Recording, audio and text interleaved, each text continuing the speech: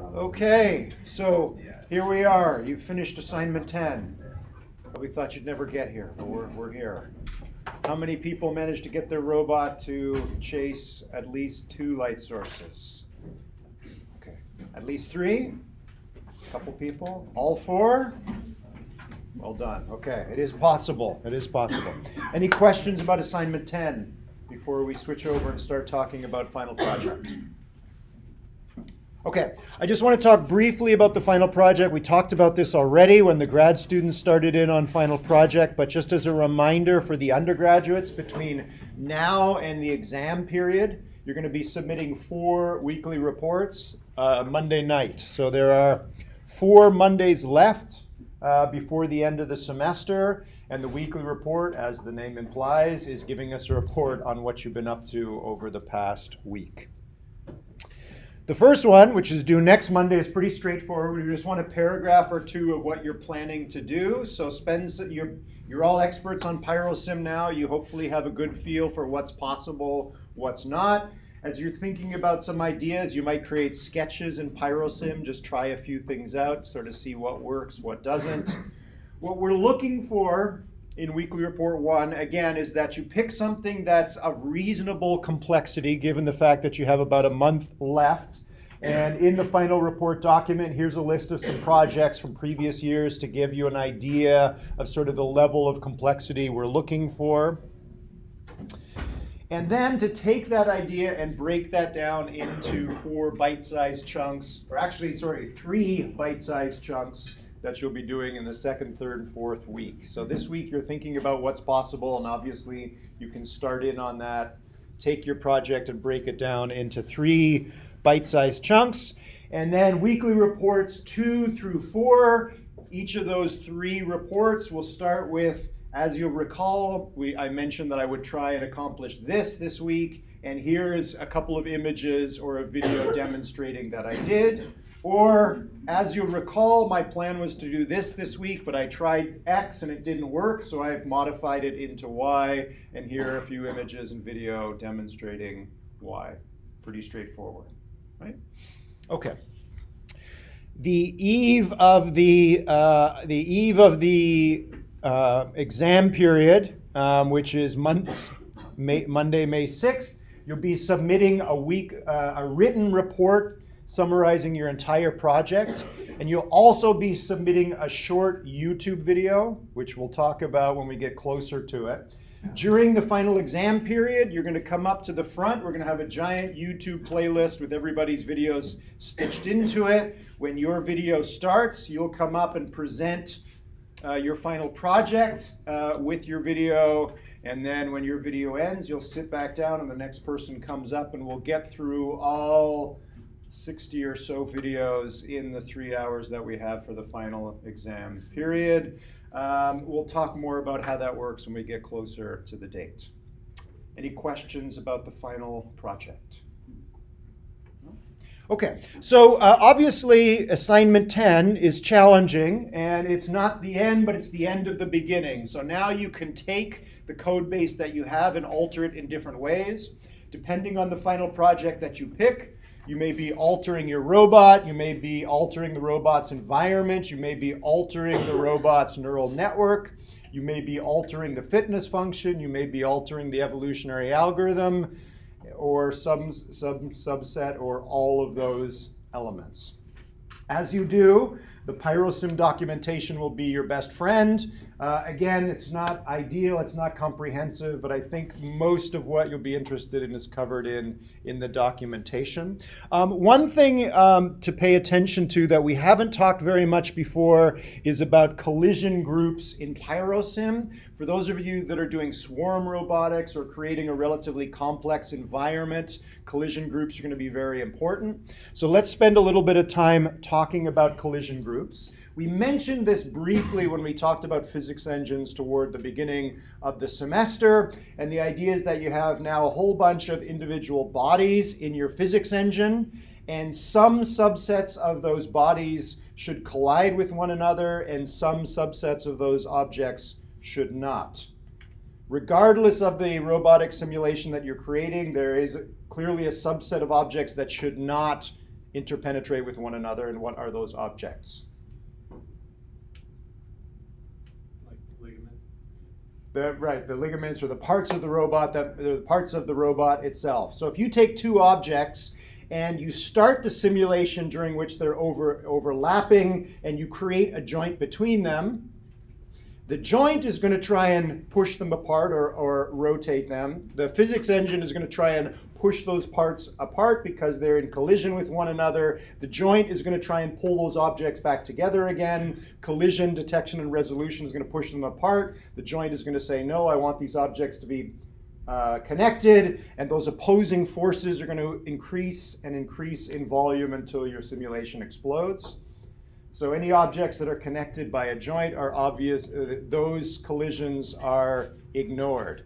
Beyond that, PyroSim does not know in your simulation which subsets of objects should be allowed to pass through one another and which should not. So you can use collision groups to tell PyroSim exactly how to do that. So there's a little visualization here to help you think about this. Imagine that we have a graph where each node in the graph represents not an individual object, but a subset of objects, and all of those objects have a tag associated with them. So imagine we have two collision groups in our simulation. The first group contains all the objects that make up the robot, and the second group is all the objects that make up the environment. We have these two nodes. You can have a look at the double pendulum example here, which demonstrates these collision groups. You'll notice, for example, at this point in the code, we're creating a cylinder and we're assigning that object to the robot collision group. So there's an additional argument where you can tag individual objects as belonging to particular groups, right? Okay. Once you've done so, then you can then tell PyroSim how to handle collisions of objects that belong to the same group, the intra-category there, and you can also tell PyroSim how to deal with objects that collide where one object belongs to one group and another object belongs to another group, the intergroup. There's different ways you can do this. The simplest way is if you look at the example here, and you'll notice the assign collision method here, function here. So assign collision, as the name is implying, is saying if there's ever an object that belongs to the robot group or an object that belongs to the env group, if those collide, detect that collision and resolve it. Apply forces to push those pair of objects apart. If you give the same tag twice, that's an intra-assignment. So you're telling PyroSim now that any objects within the env group, if they come into contact with one another, detect the collision and resolve it. Yes? Does that override robot joints if you do the intra? That does not override. The joints. That is a hard and fast rule in PyroSim. Any objects that are connected with the joints, it will ignore those. However, of course, you may have a robot that has two arms or legs, and if the hands or feet come into contact with one another, those are two robot objects touching one another, but they are not necessarily connected by a joint. They have a common ancestor joint, but they themselves are not connected by a joint. And an assign collision command, for example, between robot and robot would say, respect any collisions between objects making up the robot. So far, so good? Okay, if you create a swarm of robots, robot 1, 2, 3, 4, 5, and so on, then you're going to have to call assign collision for every pair of objects in your swarm, assuming that you don't want robots to pass through one another. Make sense? The collision matrix is slightly different and gives you a little bit more fine-tuned control over collision groups, but I think for the vast majority of you, the assign collision command should be enough. If you need more control, you can read through the collision matrix part of the docs. Okay, any other questions about final project, idiosyncrasies of PyroSim? Yes? Is there a best way to save a robot? I've just been writing the genome to a file. Good question. So hopefully you'll get to the point where you're doing some evolution and you want to save the state of your evolution and bring it back, or bring back an evolved robot and play it back. There's lots of different ways to do that. As you just described, the best way to do it is to save the genome to a file, read the genome back in, and then transfer it into the phenotype as you need it. The easiest way to do this is using the pickle library. If you're not familiar with Python's pickle, go read the docs on that. Pickling is really nice. You don't need to recursively go through a data structure and save out every element of the data structure to a file. If you take a big complex data structure like your genome and pickle it, Python will take care of the nitty-gritty details about saving it to a file and reading it back in. Any other questions? Yes? Is there a way to represent real values of like mass and force in PyroSim? What do you mean by represent the forces? So if you were trying to transfer a PyroSim model to bridge the reality gap with it, could you put like a force in it that you know your motor can do, or how do you bridge that reality gap if it's just arbitrary force? That's a good question. So that's a focus of our lecture today in this lecture series. There is no straightforward way to do that. What you're describing, I think, is bringing back sensor data from the real world and using that to apply forces to the virtual robots. Yeah, or vice versa, where you use your robots like you did in your The evil starfish experiment. starfish. Yeah. How did it translate the forces? Okay, good question. How did it translate the forces? So what we did in that case is we used position control, which is exactly what you're doing in your assignments, which is we treat the values at the motor layer, those values as desired angles, right? 30 degrees, minus 30 degrees. Now the speed at which it gets there was slow enough in our simulation and reality that it didn't really matter. So we assumed in the simulation that we had very strong and very slow motors. If you make those assumptions, you rule out things like running and jumping, because those require fast moving motors. So you limit yourself to walking or crawling. But as you can probably imagine by now, those kinds of behaviors that are slow but strong, they guarantee that eventually a joint will get to the desired angle. Those will typically transfer well to reality. Not all the time, but more often than not. Other questions? Okay, so back to the reality gap. As I mentioned before, we've got quite a few lectures on this topic because it is still an open problem. We looked at adding noise to the simulator. We looked at reducing the time it takes to cross the gap by 3D printing copies of our virtual robots. And then we ended last time by looking at this the Resilient Machines project last time, where we actually had 3 evolutionary algorithms.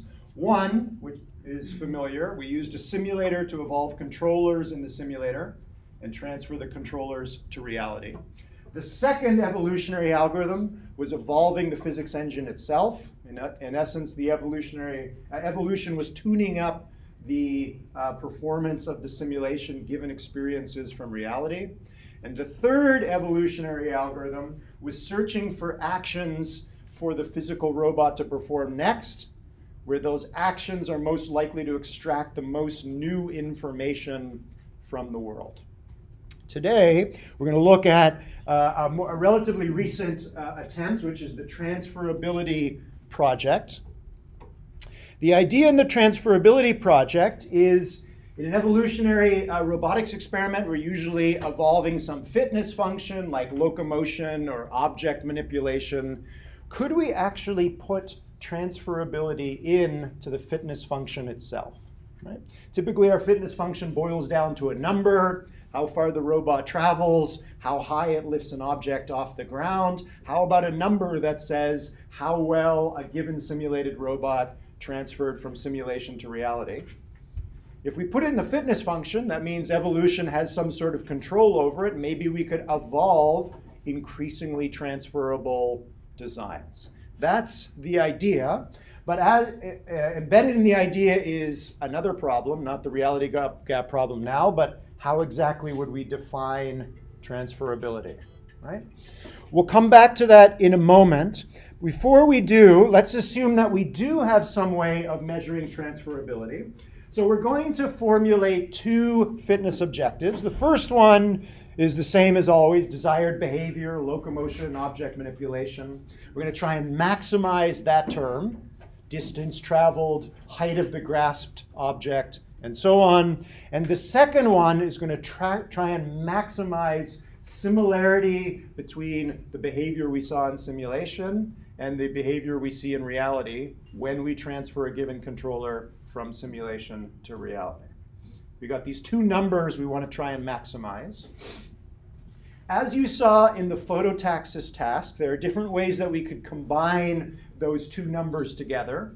We could add them together, we could multiply them, we could take the minimum of those two numbers. In the phototaxis task, I think it asks you to add the numbers together or multiply them. I forget now. Average Take the average. What's the problem with simply adding together a bunch of fitness terms, like the 4 terms in the phototaxis task? You can end up with one that excels and 3 that are horrible. Absolutely. Evolution says this is super hard to maximize the value of all 4 numbers, so I'm going to focus on this one, or maybe this one, and ignore all the rest. How could we fix that? As you probably figured out, taking the average isn't great. I'm working on this in my project. So, Okay. You multiply by terms is Could- one way to do it so that they all affect everything. Exactly. So we can multiply all the terms together, right? There's a problem with that also. If one of them is 0, then it just kills everything. If 1 is 0, it's gone, right? Imagine it actually approaches 3 of the 4 light sources and then fails on the 4th one. You're actually doing pretty well. You're on the slope of a hill in the fitness landscape, but that solution is thrown out of the population. So adding or taking the mean is not great. Multiplying also has its problems. Multiply with a bias, so it's never 0. Multiply with a bias. So now we got to come up with additional numbers about how to sort of weight these things. Some kind of mean where you ignore outliers. Maybe we take an average and we try and ignore outliers, but how do we define an outlier now? Now we got that problem. Penalize for variation. In variation, so we could say maximize the mean, but minimize the variance. Maybe we could try that. Then how do we combine those two terms together? Reward for the minimum. Reward for the minimum. Now we're back to the problem. If any one of those values is 0, we're in trouble again. Take the average of both methods, addition and multiplication. Maybe take the average of addition and multiplication, but do we add those? Now we're back to the problem with addition, and you can sort of see where we're going with this, right? As far as anyone knows, there is no good way to take a bunch of numbers. We want the robot to do more than one thing well, and boil that down to a single number. So there is a different approach to this problem known as multi-objective optimization, or MOO. It's a very memorable acronym here. And the idea is we are not going to boil down our fitness terms into one. We're going to leave them separated.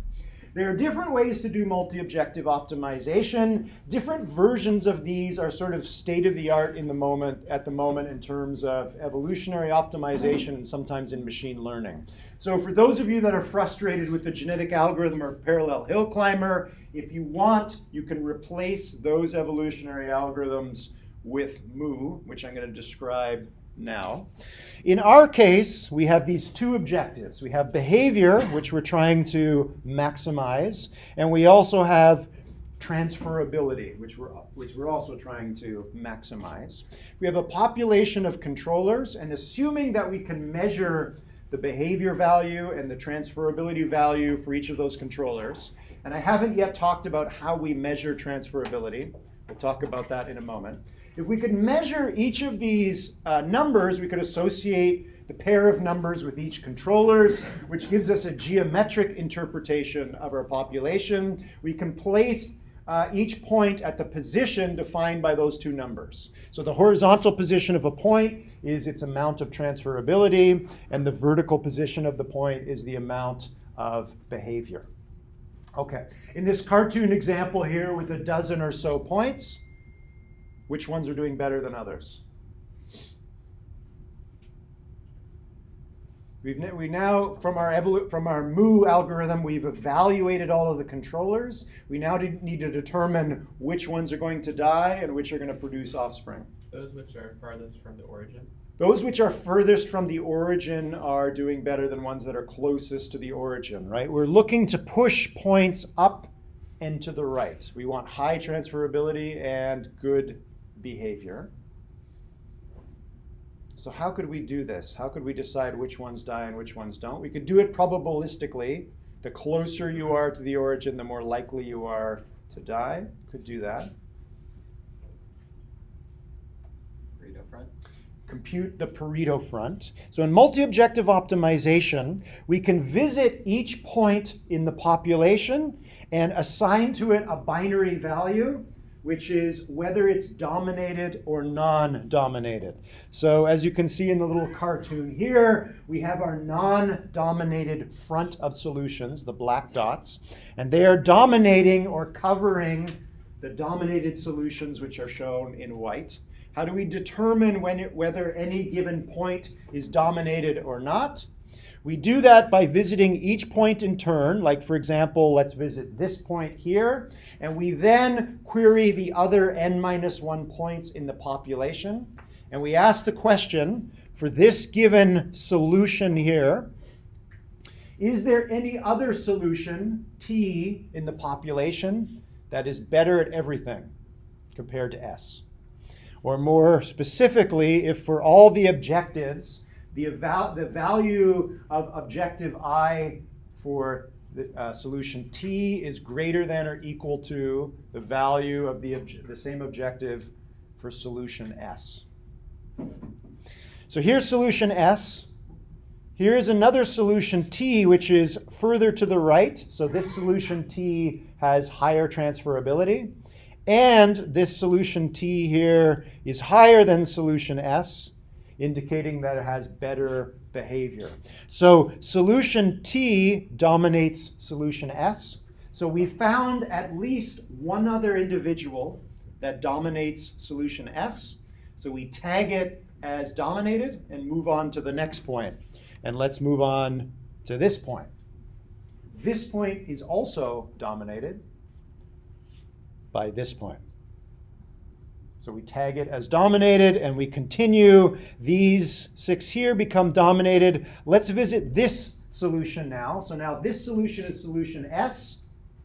There is no other individual in the population that is both better in terms of behavior and better in terms of transferability. There are some solutions, like these up here, which are better at behavior than S, but they are worse at transferability than S. Right? So we have not found, and vice versa down here, these solutions down here are more transferable than S, but behaving more poorly than S. Question?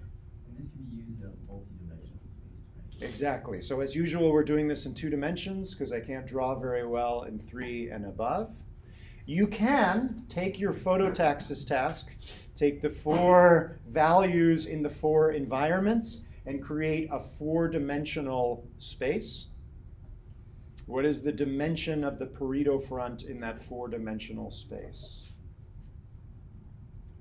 3. So if we look, it's always less than 1 of the actual dimension. So we have a 2-dimensional plot here because we have 2 fitness objectives.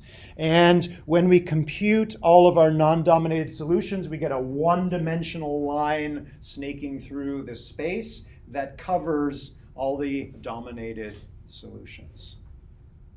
So far, so good. When we take an evolutionary approach to mu, what do you think happens to all the dominated solutions? They're all deleted. And the survivors are allowed to produce offspring. Okay, let's just back up for a moment. When I first created this little cartoon here, I actually made a mistake. There's one point in this set that is mislabeled. The rightmost white point, right? So this one is indicated as being dominated here, but if you look carefully, there is no other point that is to the right and above that point. There's no other point that is both more transferable and has better behavior. So if you're drawing this in your notebook, label this one black, and we connect this one to this one and this one to this one. So far, so good? Okay. Okay, so in my little cartoon here, let's imagine that these 6 points have died off, and so we now have 6 empty slots in the population. We have our Pareto front that's made up of 6 individuals in this case.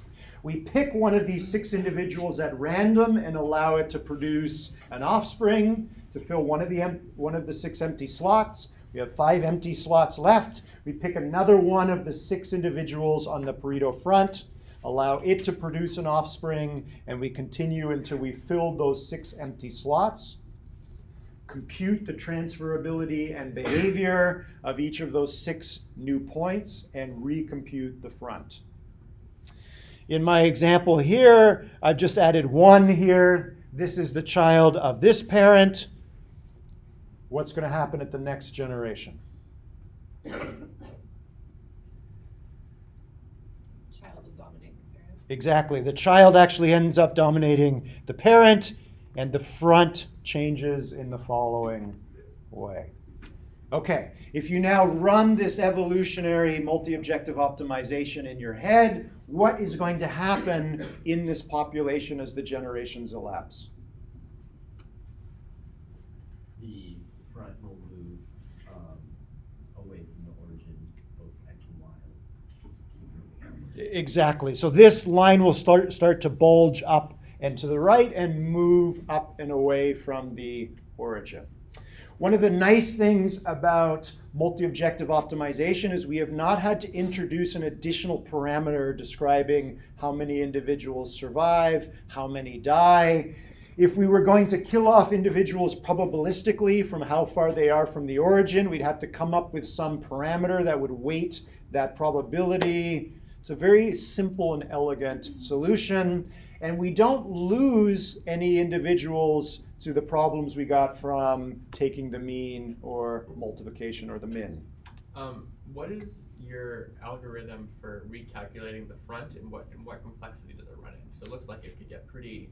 Good question. Fantastic. Exactly. Okay, so how do we compute the front? The simplest and laziest thing to do is obviously do it from scratch. Now that we have this population, for example, throw away all the labels and compute them from scratch. You can do a little bit better than that if you think about it. What is the time complexity of computing the Pareto front? N squared. It's n squared, right? So as I described, you have to visit each point in turn n times, because we have n individuals. And for each of those, we have to visit the other, at most, n minus 1 individuals. Gives us n times n minus 1. Worst case is n squared. Isn't it n squared times the dimensionality of the criteria? Nope. Because you have to compare each different parameter. I guess, yeah, you could count, it could be the constant value here, right? So for each of those n squared computations, we have to do k comparisons for the k dimension, but that constant value kind of falls off, right? So it's really n squared. But during the recalculation, if you only added 3 new points to the front, can't you just keep the other 7? In the next generation, Yep. You've only added so many new children. You've added new children, but as you see in this example, this child had to get a new label, and this individual had a change in label. But you don't need to necessarily sim it again. You just need to. You don't need to which again? To simulate it. You don't need to simulate it again, that's right. So no additional simulation. So we're simulating the 6 new individuals. When we compute the front, in the worst case, we need to do n squared comparisons. Again, as you probably figured out by now in evolutionary robotics, the only thing that really matters is the simulation, right? That takes up 99.9% of your CPU's time, and the Pareto front calculation doesn't matter. Unless you're dealing with populations of 100 or 1,000 or 1,000,000, then maybe the n squared will start to compete with the time it takes to simulate the individuals in your population. Although then you're simulating 1,000 or 1,000,000 robots. pyrosim is still probably going to dominate in terms of time complexity. Is there a way to control the population size? Because if an individual who isn't dominated produces an offspring who also isn't dominated and doesn't cause any other individuals to become dominated, then you have a permanent increase in population. Good question. So what do we do with the population size? In this case, we're assuming the population size is constant. It's 12. It's never going to change. But I think what you're asking is about the size of the Pareto front. How many individuals are non-dominated, right? This parent could have produced a child that sits here, in which case the parent remains non-dominated and the new child is also non-dominated. And the size of our front, although I guess it's dominating this one here, the size of the front could increase. We could have 7 non-dominated solutions, 7 non-dominated solutions and 5 dominated solutions, 8 and 4, 9 and 3, 10 and 2. We could get into a situation of saturation in which all 12 individuals are on the front. If that happens, we don't kill off anyone, there's no new individuals, and evolution grinds to a halt, right? So there are 2 costs that we pay if we adopt multi-objective optimization as our search method. As I mentioned, it's pretty elegant, and it doesn't force us to strike a balance between different objectives. The first cost is this danger of saturating the front. What's the second problem with this?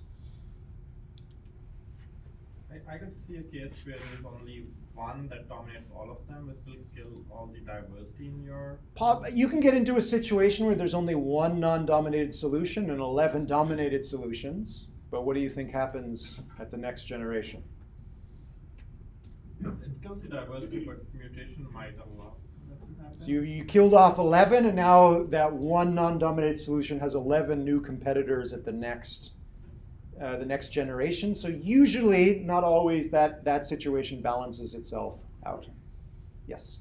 You also end up with a lot of points that are either very, very transferable but don't do behavior, or do the behavior very, very well but are not transferable, which is kind of counterintuitive to what you're trying to accomplish. Exactly. Good observation, right? So there's nothing in our search algorithm so far that says the front has to be evenly distributed from top left to bottom right. Evolution could, for example, focus on specialists, right? It could create a cluster of points top left, good at the desired behavior, but don't transfer well. Other solutions at the bottom right, which transfer well and don't do very well in terms of the behavior we're after. So as always, there are dozens, if not hundreds, of variants on Mu. And I've just described sort of the vanilla version, and as you've already seen, there's a number of problems with it. So there's a whole bunch of bells and whistles that you can add to make this algorithm work a little bit better. One common approach is to add on a diversity metric, which punishes points that are too close to any other points. And we'll actually see this in a few slides from now. So you can imagine that we add in evolutionary forces to this basic algorithm that are pushing points away from one another on the front. And again, there's different ways to get evolution to do that. Okay, so one of the problems is, again, we might lose diversity. We might get specialists. We might move into a situation where we get saturation of the front. All the points are non-dominated. There's another problem.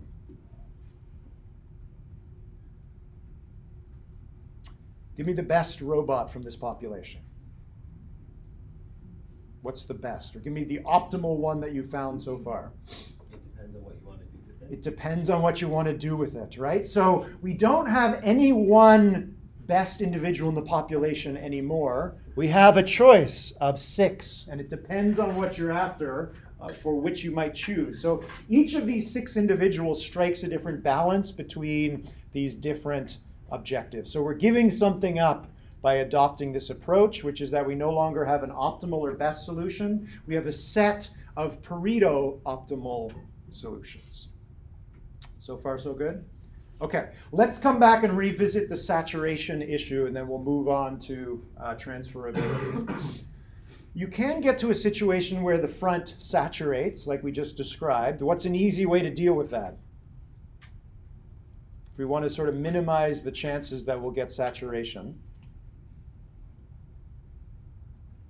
Randomization, randomly select top X. We could relax this assumption that we're going to kill off the dominated solutions.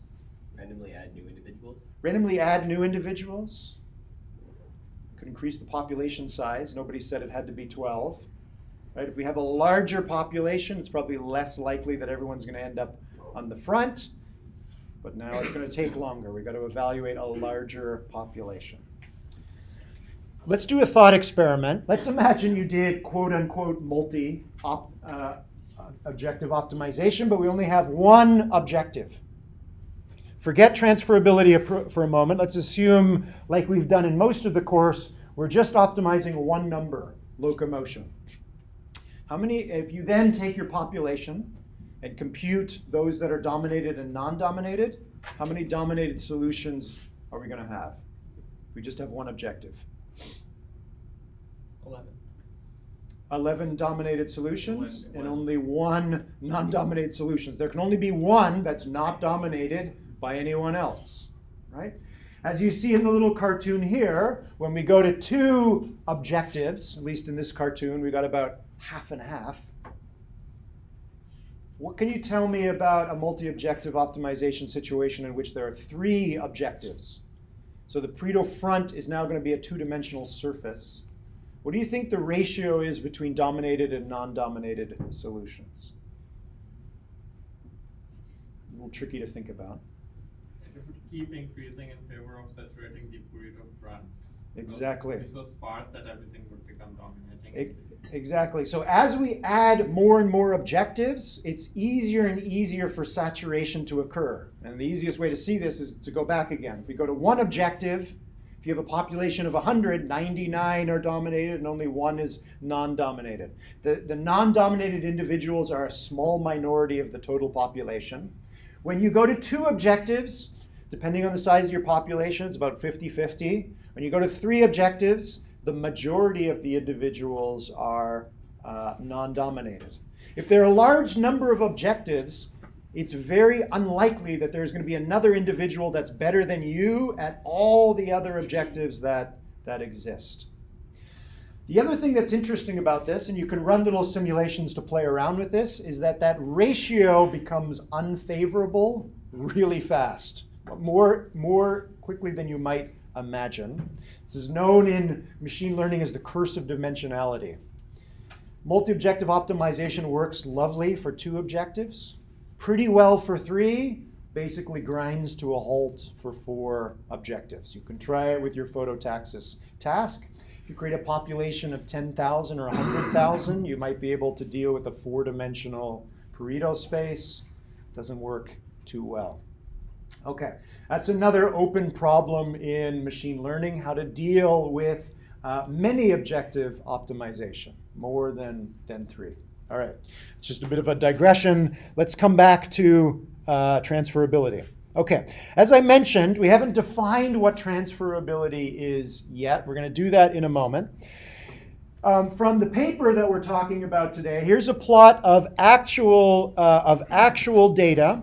On the vertical axis, we're going to, not surprisingly, evolve robots to move as quickly as possible. So the higher points traveled more meters away from the origin. And on the horizontal axis here, they switch things around. Instead of transferability, which is similarity, they're looking at disparity. The greater the difference between the simulated behavior and real behavior. So in this case, low disparity is good. Typically, when you're doing multi-objective optimization, it's easier to think about maximizing all the objectives or minimizing all the objectives, pushing down and to the left. The way they've plotted this is, in my opinion, a little bit confusing. We want to maximize the vertical objective and minimize the horizontal objective disparity. So in that case, optimization is pushing up and to the left. STR stands for sim to real, so we're trying to cross the gap. They're also plotting here what's called approximated disparity, which is a bit of a hint about how this algorithm works. We'll come back to approximated disparity in a moment. Each of the points here represents a particular controller. And the horizontal position of any one of these points is its approximated disparity. They took each of these controllers, evaluated them on a simulated robot and then on a physical robot, and replotted the same set of points. And there's a slight difference between the approximated disparity and the exact disparity. The exact difference between how far the robot traveled in simulation and how far it traveled in reality. So some of these points have moved. They've left the labels on the points. So we can see that the Pareto front in black that existed before, it's been a little bit shuffled here. You'll notice that points that have low distance, so these cause the robot to move a small distance away from the origin, have low disparity. They transfer well. Why? Easy to make something that fails in a simulation and fails in reality. Absolutely. If you want to only maximize transferability, what's the best behavior to do so? Stand still. Don't move, right? No problem. If that's your goal, that we got solved. The minute you want something other than no motion, we're going to have to strike a trade-off. And as you would imagine, looking at this front, the faster the robot moves, the less likely it is to cross the gap. Like we were talking about at the beginning of class, robots that are moving quickly, there's lots of complex physics that probably evolution is exploiting, friction, momentum, inertial tensors, all sorts of things. The robot is literally and metaphorically throwing its weight around, and getting that right in reality is tricky. Okay, so let's continue our line of argument here. We're going to try and come up with the second objective now, transferability. We're going to use mu so that we don't have to collapse these two numbers together. But we got a problem with transferability, which is that we don't know what it is until we transfer something to reality. So we transfer every controller to reality, and then we ask ourselves, why are we even bothering to simulate it? Right? The whole point of having a simulator is we should be able to do a lot of work in simulation before we transfer anything to reality. Okay, so now we got a problem. Let's stick with this problem for a moment, and let's sort of run this algorithm forward in our heads. Let's start in generation 0. We have a whole bunch of random controllers. We evaluate each one of these controllers on the simulated robot, which gives us the height of each of these points, how far the robot travels. But we don't know any of these controllers' transferability yet. So we just collapse this down to a vertical line. As far as we know, transferability is the same for all of these controllers. Okay, you now get to send one of these controllers to the physical robot. Which one do you send? The one with the best behavior, right? Let's be optimistic. Maybe this one will transfer well. So that's exactly what we're going to do.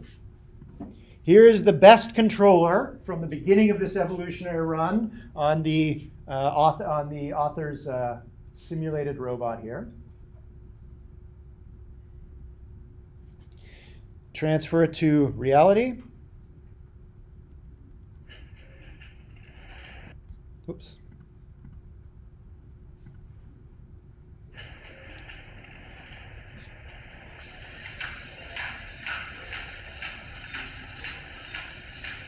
Surprise, surprise. We fail to cross the gap.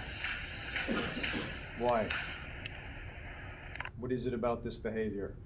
So the simulated robot relies heavily on timing. It's like periodically in sync with itself. Okay. And if something small goes off in reality, then it stops being in sync and then fails to move. Could be. The nice thing about the transferability approach is we don't need to know. We just have a single number, which is the difference between simulated displacement and physical displacement, right? So for this one controller, we now know how well it transferred to reality. which is not very well. So we take that topmost point and we plot its horizontal position based on its transferability. What's the next point? You get to do it again. Is it maybe the minimum or the midpoint? Maybe. Probably not the minimum. We probably know how this one is going to transfer to reality, which is probably pretty well because it's not moving. The next point down. We could do the next point down. We could do, as was mentioned, the midpoint. There's a problem with sending the next point down. What is it? It probably looks a lot like the first one we evaluated. They may be related. And we don't know whether they're related, but at least we know that they're getting the robot to move at about the same distance away from the origin. And we might be a little bit wary because this point is quote unquote close to the other point, or that controller is close to the other controller. Question? Would it be if there's clusters on the line, would you use the point at which the next cluster begins? Maybe if the points are clustered along the line, maybe we move to another cluster, but then we got to define what a cluster is. You can kind of see where we're going with this, right? It's not trivial to know what point to send next. Okay. Okay. So what we would like to do, in theory, is send the behavior that's most different, which maybe is this one down here. Maybe we send the worst one, then we send something in the middle. But I put different in scare quotes here. We don't know how to define closeness and difference yet. There's lots of different ways we could do that. Okay. So we're going to do this. We've got this problem. So in order to not have to transfer everything, we're going to try and estimate the transferability of a controller before we send it to reality. So we're going to estimate the transferability of a controller based on its similarity to controllers that we've already tested, controllers that we've already sent to reality. So a point that happens to be similar, we're going to estimate or predict that similar controller's transferability is similar to the transferability of points that are close by. The further away a point is from our transferred controllers, the less sure we are about its transferability. That's the underlying assumption we're making in this approach. Okay. However, now we got yet another problem, which is how do we define similarity or difference between two behaviors produced by two different controllers?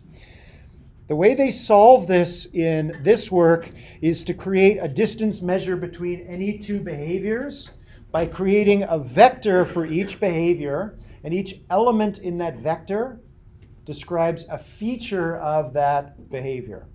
So we could imagine lots of different features of a given behavior. In this paper, they came up with 3. The first one is sort of the obvious one. It's the thing we're actually selecting for.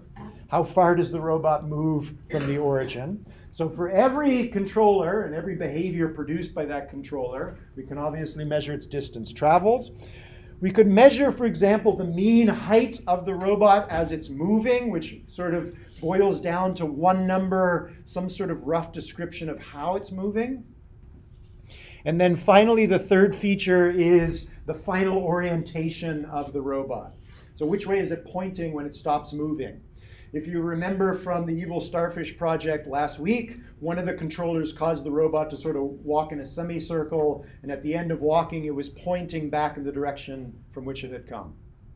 Okay, so keep in the back of your mind now, for any one controller, we have associated with it a vector B, and that vector has these 3 floats inside. How far did the robot move? On average, what was the robot's height? And what was its angle when it stopped moving? Now we can define the behavioral distance between two controllers by taking the behavior vectors generated by that pair of controllers and just take the Euclidean distance between those two vectors. So now we can answer the question: if I give you a pair of controllers, you can give me back a number describing how similar or how different they are. Okay. Now, armed with this, we can now think about how to define the transferability of a controller. We take a controller, which gives us a behavior vector in simulation. We transfer that controller to reality. It gives us a second behavioral vector in reality. What's our measure of transferability for that single controller? The difference, right? We just plug that into our behavioral distance here, and the smaller the Euclidean distance between those two behavioral vectors, the more transferable that controller is. Okay. The simplest thing to do is just take transferability and define it as the negative of behavioral distance. A distance metric is always positive by definition. So if it's negative, if we just take the negative of that, the higher that value is, the more transferable it is. Pretty straightforward. So the behavioral distance between CS and CR, the controller in simulation and the controller in reality.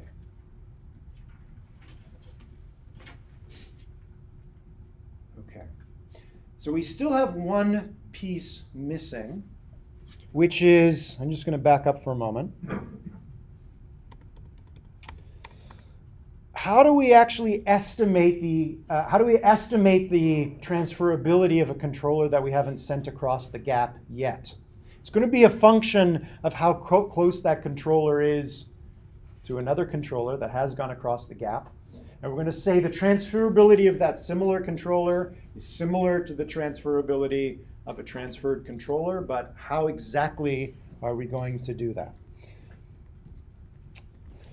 We're now armed with our behavioral distance, and the way we're going to do this is to estimate the transferability of a controller C. Controller C has not been sent across the gap yet. We know we have its behavioral vector from simulation, but not from reality yet. We're going to compute a weighted average. This is the normalizing term for a moment, so let's just look at the second term here. We are going to sum up over a whole bunch of controllers, Ci, that are drawn from the set Ct, which is the already transferred controllers. So we've got a growing set of controllers that we've sent across the gap. We're going to pull out of this bag of transferred controllers, one controller at a time. The first time we do it, we have C sub I. We take the transferability of C sub I. How well did C sub I cross the gap?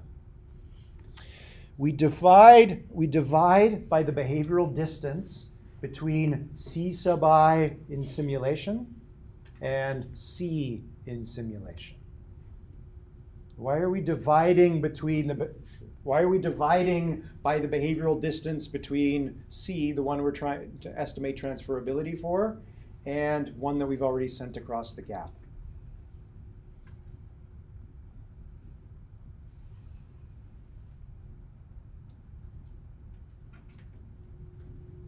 Let's think about this. We're going to compare C against a bunch of C sub i's that we pull out of the CT bag. Let's imagine we have two C sub i's in the CT bag. We've sent two controllers across the gap so far. One of those that we've sent across, let's say this is C up here at the top now. There's two others that we've sent across the gap. This one, which is close to this one, and a second one also that crossed the gap, but it's far from this one. You want the more similar behavior ones to have a higher weight in terms of transferability. Exactly. Controllers that are closer, the ones that have lower behavioral distance from C, we want those to have a larger influence on our estimation of the transferability of C, right? You're probably used to seeing weighted sums and weighted averages where we're multiplying by the weight. In this case, we're dividing by the weight because the smaller the number, the closer to zero that number is, the greater the influence that element in the sum should be. So let's say C sub I has good transferability. It's got a high value, and it's close to C. So we've got a large number on the numerator and a small number on the denominator. That's adding a big magnitude number to our estimation of C, right? Imagine instead we have a C sub I which has high transferability, but it's far from C, so we're dividing by a big number. That has a lesser impact on our estimation of the transferability of C. Right? So we're basically taking C and querying all the other controllers, the C sub i's that have crossed the gap, and we're looking to see what were the transferabilities of those other controllers and how close are they to me, and we're going to sum that whole thing up. And then the first term is normalizing that whole sum. So we're taking a weighted average of all the other of the transferabilities of all the transferred controllers, and that number is going to be our estimate of the transferability of C, even though we haven't sent C across the gap yet. Question? Oh, I have some trouble understanding this. To me, it seems like it's saying if it's closer to me, then it will have good transferability. If it's closer to, Is a positive number? if it's close to me, B, the behavioral distance is low. It's close to 0. Right? So far so good. So we have a C sub I that's close to me. So the denominator has a number that's close to 0.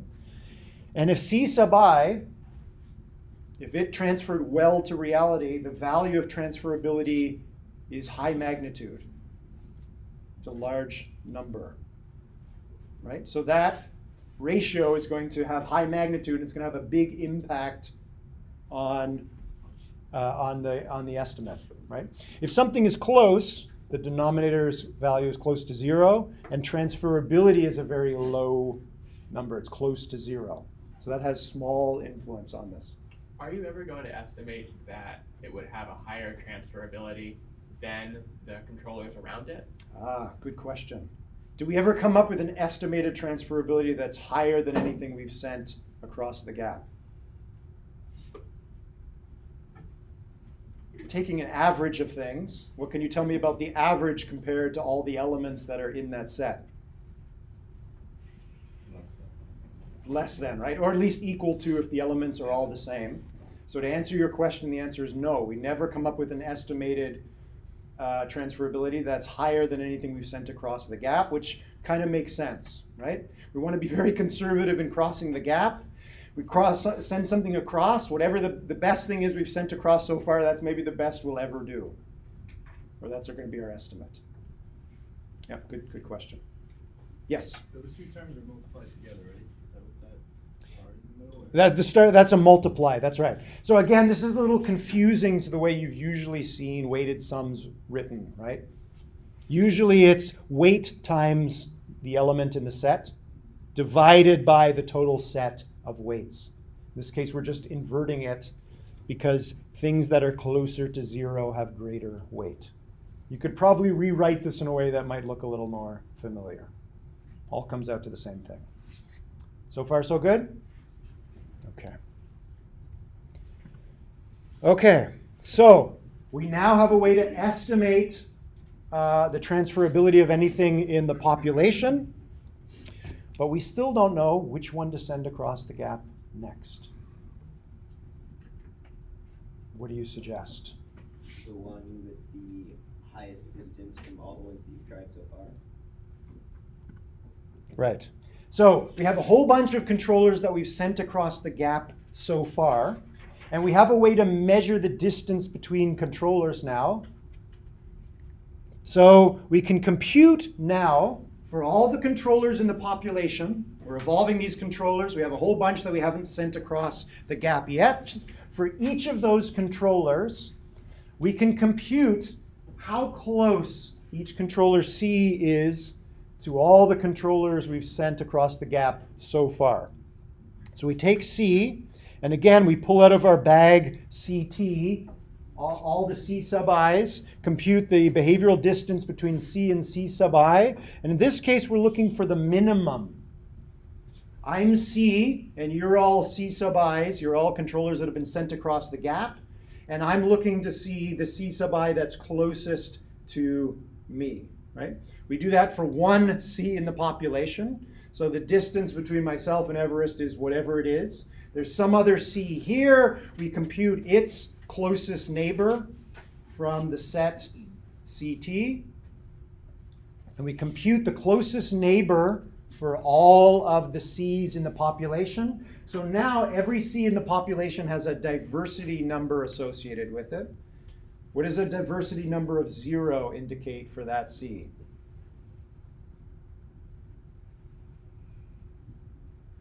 If we have a population of evolving controllers, none of which have been sent across the gap yet, and one of the C's has a diversity of 0, what does that mean? It's just the same controller Same controller as? as the CI. As a CI. There is some C sub I in the set CT to which C is identical. Do you think we want to send that one across the gap? Probably not, right? We probably know the result. Maybe not if there's some noise.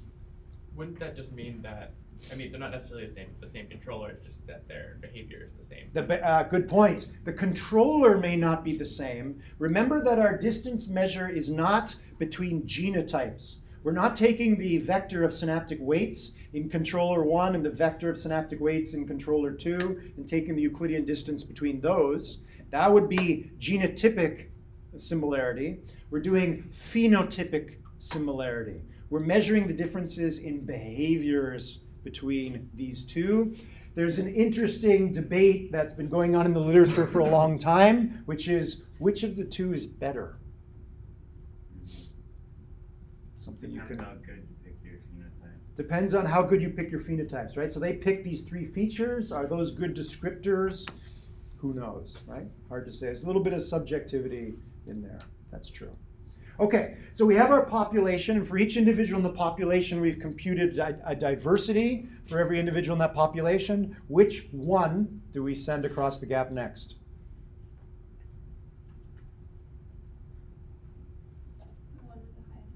The one with the highest diversity, right? Now we are equipped with a quantitative measure of difference, right? So when we decide who to send across the gap next, we're taking the max of all the mins, right? Find the closest neighbor for all the C's, and then among those diversity numbers, take the one that has the highest diversity number, send it across the gap. That C becomes a new C sub I that we drop into our bag CT. Advance the population by 1 generation using multi-objective optimization.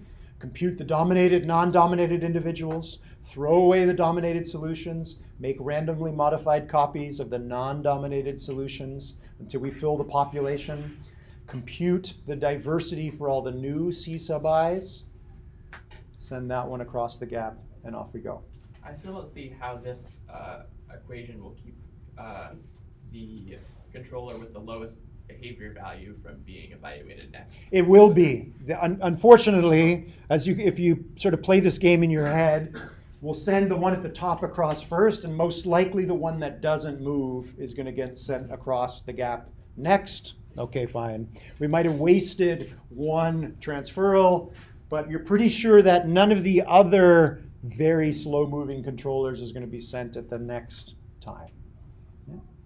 Okay.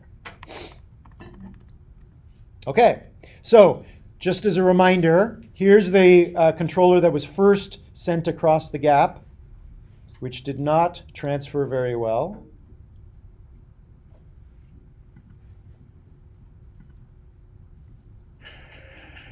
And we have a hypothesis for why it didn't.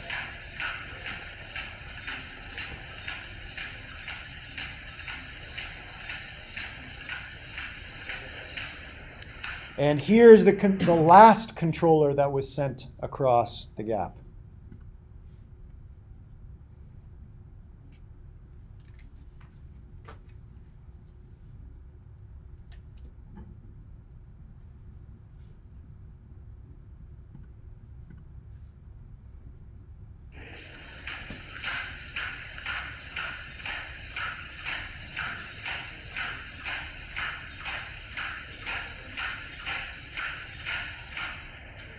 As you sort of saw just in our previous discussion, we might at early stages send across some of these low, slow-moving controllers. But given this fact of jumping around to very different controllers and sending them across the gap, we're getting very different information back every time we cross the gap, which means we're getting better and better at estimating transferability. And at the base layer of this algorithm, we're using multi-objective optimization to maximize speed of movement and transferability. So as evolution proceeds, the C's in the population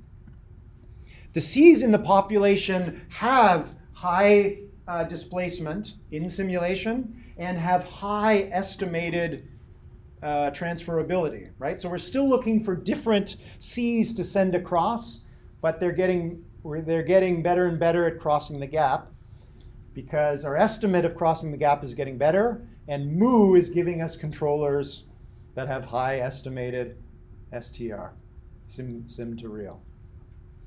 Okay. Why did the top controller not transfer and the bottom one did? I mean, aside from the algorithmic reasons.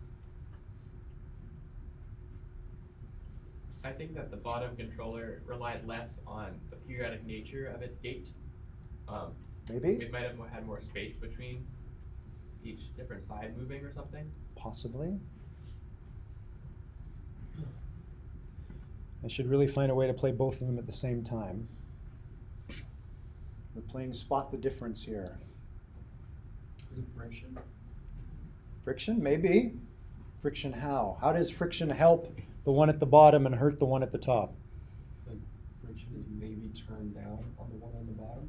So friction is not turned down. Friction is constant, right? The wheels, the simulated wheels and the simulated ground, they have the same friction in all simulations.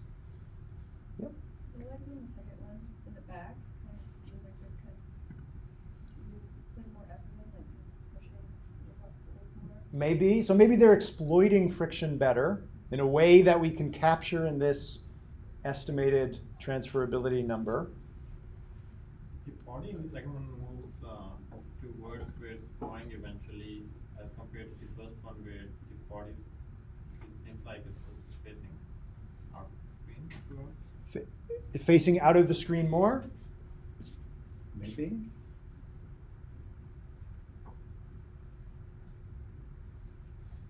This is why the reality gap is so difficult, right?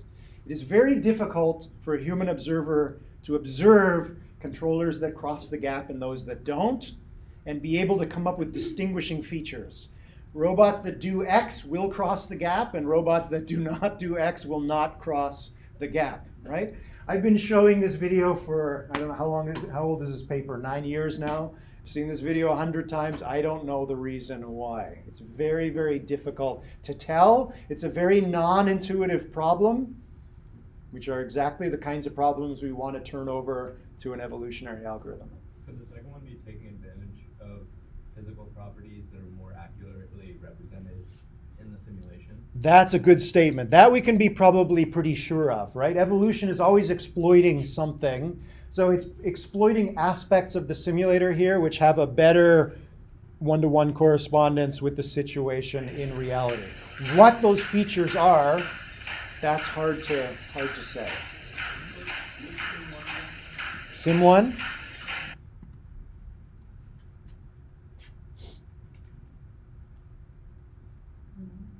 Tube's taking higher steps, maybe it's getting more weight on its feet. Maybe, okay. So if it's getting more weight on its feet, one of the problems with getting friction right is when something is going to stick and hold and when something is going to slip. If you put a lot of weight down vertically, you're less likely to slip, right?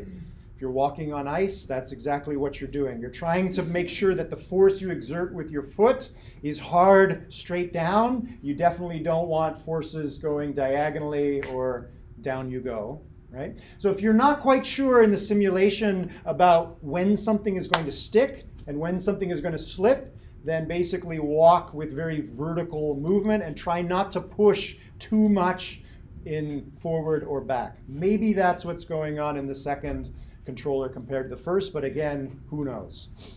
Yeah, to me it looks kind of like the second controller's almost pushing sideways on its wheels. Maybe it's more than sweeping first more. controller. Yeah, who knows? Who knows?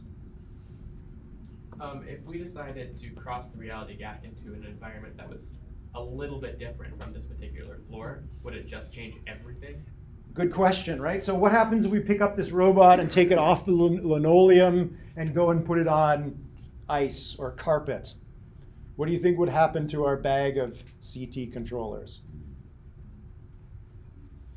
Probably start from scratch, right? Imagine we reran this algorithm, and every time we transferred something across the gap, the floor on which it was moving had different friction. Put the robot once on carpet, next time on ice, third time on the linoleum, but obviously we're not telling the algorithm that. Would that cause the algorithm to be better at crossing the gap as we proceed through this algorithm, or worse? It should start ignoring the friction and not depend on that for evolution. Possibly.